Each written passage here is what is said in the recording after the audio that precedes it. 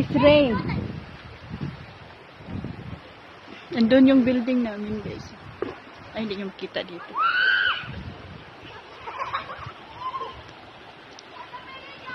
Sabi ko sa inyo, guys, lalabas yung ilog. Kaya nagka-ilog na. Pag dry season, guys, dry din ito. Pag tag-ulan, ito, kalaki yung ilog. Malaki masyado yung ilog. Galing dun sa bukid, sa bundok na yan. Nililigo yung mga bata. Linaw ng tubig, guys, kahit ulan. Tubig ulan siya, guys, pero ang linaw. Linis.